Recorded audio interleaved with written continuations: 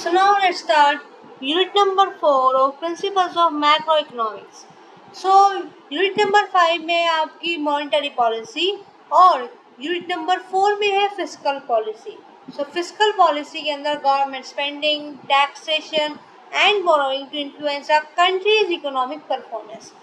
ये policy government की होती है जो कि कंट्री में इन्फ्लेशन को, डिफ्लेशन को या फिर ये अप्स एंड डाउन को कंट्रोल करने के लिए यूज़ की जाती है.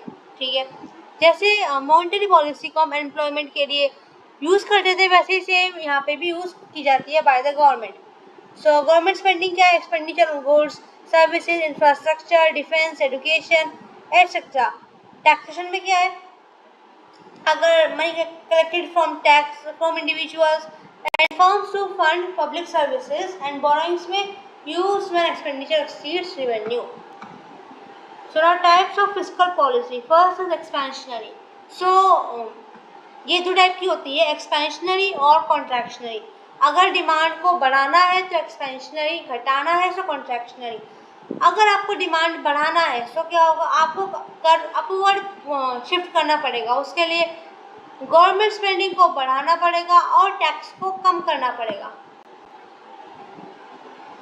जैसे यहाँ पे ये एडी कर्व है पहला और ये दूसरे वाला एडी कर्व है, तो हमने गवर्नमेंट स्पेंडिंग को बढ़ाया, तो इससे डिमांड बढ़ गई.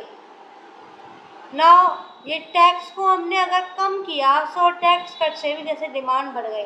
इसका उल्टा हुआ कॉन्ट्रैक्शनरी का. सेम डिमांड ऐसे नीचे आ जाएगी गवर्नमेंट स्पेंडिंग कम करने से और टैक्स को भी कम करने से. ठीक है. Now is objective of fiscal policy. So accelerate economic growth, maintain price stability. 6 इसका ऑब्जेक्टिव है. सिंपल सी बात है, इकोनॉमी को ग्रोथ करना, प्राइस को स्टेबल रखना, अनएम्प्लॉयमेंट को कम से कम रखना, एलोकेट करना resource efficiently, reduce income inequality और मैनेज पब्लिक डेट. ये 3 पॉइंट उसके ऑब्जेक्टिव है मॉनेटरी पॉलिसी के, और ये 3 पॉइंट इसमें भी कॉमन है. सो आप ऐसे 3 पॉइंट को याद रख सकते हो. ये काफ़ी सिंपल भी याद रखना. Now is automatic stabilisers. ऊपर जो था ये था आपको डिस्क्रेशनरी फिस्कल पॉलिसी. अगर क्वेश्चन आया डिस्क्रेशनरी वर्सेस ऑटोमेटिक, सो डिस्क्रेशनरी में ये 2 पॉइंट्स आएंगे और ऑटोमेटिक में ये पॉइंट आएगा. So built in mechanism that adjust automatically with economic changes. Example क्या है? Progressive income tax. अगर टैक्स कम पे किया जाएगा, अगर इनकम गिरेगी टैक्स कम पे होगा. टैक्स कम पे होगा तो अपने आप ही डिमांड कम हो जाएगी. अनएम्प्लॉयमेंट में क्या होगा? अनएम्प्लॉयमेंट बढ़ेगा, अपने आप डिमांड कम होगी, अपने आप डिमांड कम होगी.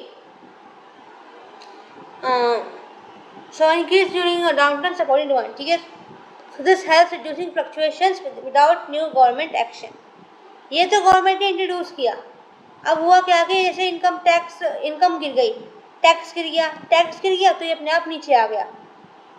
ठीक है. एंड इसमें अनएम्प्लॉयमेंट में भी सेम केस हुआ. जब ये डाउन टर्न्स मतलब जब ये नीचे हुआ तो ये कहीं ना कहीं अनएम्प्लॉयमेंट वगैरह बढ़ गई. उससे बढ़ने से ये डिमांड भी बढ़ गई. Now is fiscal policy expansion versus contraction. Same case जो मैंने ऊपर बताया उसी को ही इन्होंने डिफरेंस में एक्सप्लेन कर दिया. अगर रिसेशन है तो एक्सपेंशनरी होगी, एक्सपेंडिचर बढ़ाएंगे, टैक्स कम करेंगे जिसकी वजह से स्पेंडिंग बढ़ेगी और जीडीपी भी बढ़ेगी. इन्फ्लेशन है तो कॉन्ट्रैक्शनरी को अपनाएंगे, एक्सपेंडिचर कम करेंगे, टैक्स को बढ़ाएंगे and slow down demands and prices. Now is crowding out effect. उसमें क्या है? जब गवर्नमेंट की स्पेंडिंग बढ़ेगी तो क्या हुआ? इंटरेस्ट रेट बढ़ेंगे तो क्या होगा? प्राइवेट इन्वेस्टमेंट कम हो जाएगी. अगर प्राइवेट इन्वेस्टमेंट कम हो गई तो उसे बोलते हैं क्राउडिंग आउट इफेक्ट. जब गवर्नमेंट हद से ज़्यादा परचेज करेगा, हद से ज़्यादा बीच में इंटरफेयर करेगा तो प्राइवेट पीछे हट जाएंगे. इसे कहते हैं क्राउडिंग आउट और ये बिल्कुल भी अच्छा नहीं होता. Now is government purchases in the Keynesian curve. अगर गवर्नमेंट परचेज करेगी तो स्पेंडिंग बढ़ेगी, एडी ऊपर बढ़ जाएगा. सो इससे मल्टीप्लाई का प्रोसेस भी और बढ़ जाएगा. नाउ इनका टैक्स कट इम्पैक्ट जो मैंने ऊपर आपको दिखाया ये सब वही है.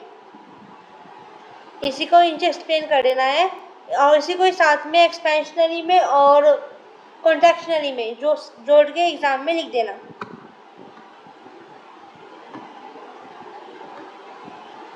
अब आई बारी नेट एक्सपोर्ट के बारे में। नेट एक्सपोर्ट क्या है? Difference between export and import. अगर एक्सपोर्ट ज़्यादा है ट्रेड सरप्लस, इम्पोर्ट ज़्यादा है ट्रेड डेफिसिट। मैथ्स का बच्चा ये काम कर लेगा आराम से, जिसे बेसिक मैथ्स भी आती होगी वो भी कर लेगा। आपने ये ऊपर फॉर्मूला होगा यूनिट नंबर 3 में देखा होगा जीडीपी का, नेशनल इनकम का, जिसमें एडी एएस का। सो एडी का ये फॉर्मूला था जिसमें एक्स माइनस एम मतलब नेट एक्सपोर्ट को। Now is equilibrium. अगर नेट एक्सपोर्ट्स बढ़ा एडी बढ़ेगी, नेशनल इनकम बढ़ेगी। और अगर ये नेट एक्सपोर्ट्स यानी कि नेट इम्पोर्ट्स बढ़ा सो एडी कम होगी और नेशनल इनकम भी कम होगी। सो नेट एक्सपोर्ट होता है जैसे कि ये एक हॉरिजॉन्टल लाइन होती है, depends on foreign income, domestic income पर डिपेंड नहीं करती एक्सपोर्ट्स। और इम्पोर्ट्स का क्या है? ये एक्सपोर्ट की लाइन है। इम्पोर्ट्स का क्या है? ये ऐसे बढ़ती है। ये थोड़ा ऐसा इसलिए है क्योंकि कुछ पार्ट इम्पोर्ट का फिक्स रहता है, ठीक है। सो जो ये स्लोप है इसे बोलते हैं एमपीआई।